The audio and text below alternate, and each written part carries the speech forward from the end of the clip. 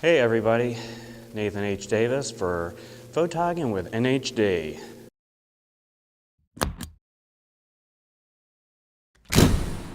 Today I'm at a tunnel near the Performing Arts Center in Carmel, Indiana. If you haven't figured out, that's where I live right now. I used to live in Virginia Beach, Virginia. Now I live in Carmel, Indiana, and I'm enjoying the 26 degrees tonight. It's really lovely.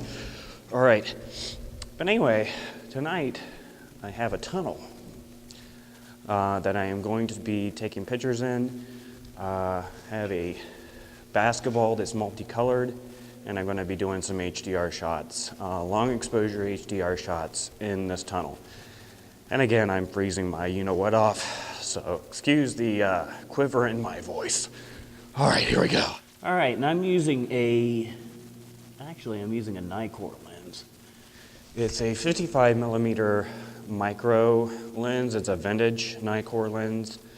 I have an adapter on it so I can use it with my 70D. I have my shutter speed set to 1 second. I have AEB set on so I can set out the bracketing. I have it set to 1 stop up and 1 stop down. And I have my ISO at 100. Again, you want to keep your ISO low when you're doing HDR, especially long exposure HDR, because you want to reduce the amount of noise that's in the image. So, here we go. With this lens, I have to manually focus. And because it's a non-Canon lens, I have to manually set it. I don't have any kind of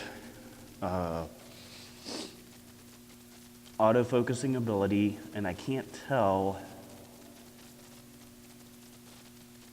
if the focus is exact. I have to do it by sight only. The metering in the camera for manual focus is only for Canon lenses because it can communicate with the lens. Since it can't communicate with a Nikkor lens, I don't get any feedback whatsoever. So I have to manually do it myself. And the cold coming up from the ground is lovely. It's going right up through my legs. So a lot of trial and error, basically.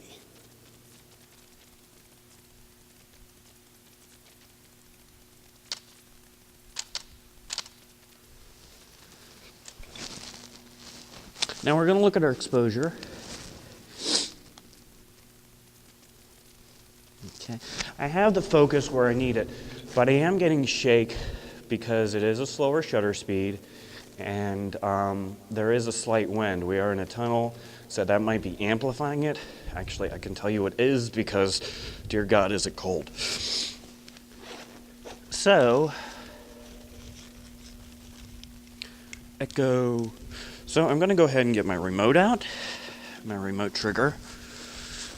Now this is my basic remote trigger. I also have a timer remote for when I do time lapse, but I'm using my basic Canon RS80N3 remote, which is a 3-pin connector.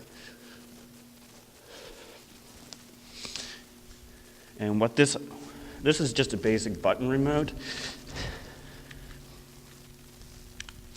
And what this allows me to do is just lock the button down. So let me go ahead and check the focus again, just to make sure it hasn't changed. All right. And I'm going to lock it down for the 3 exposures.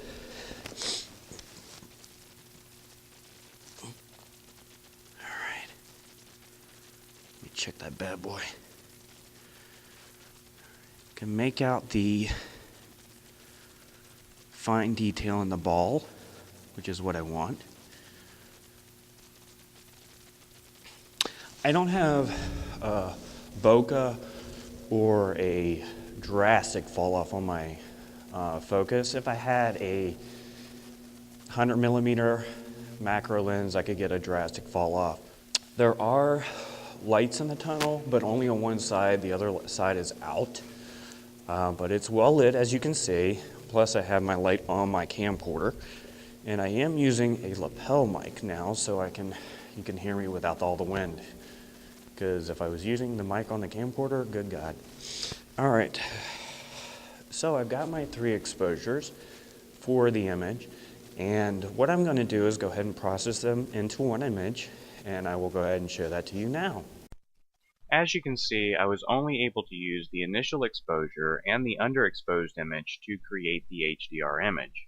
The reason being is the overexposed image was too soft. This is a result of the high winds that night and the fact that the tunnel is under a roadway.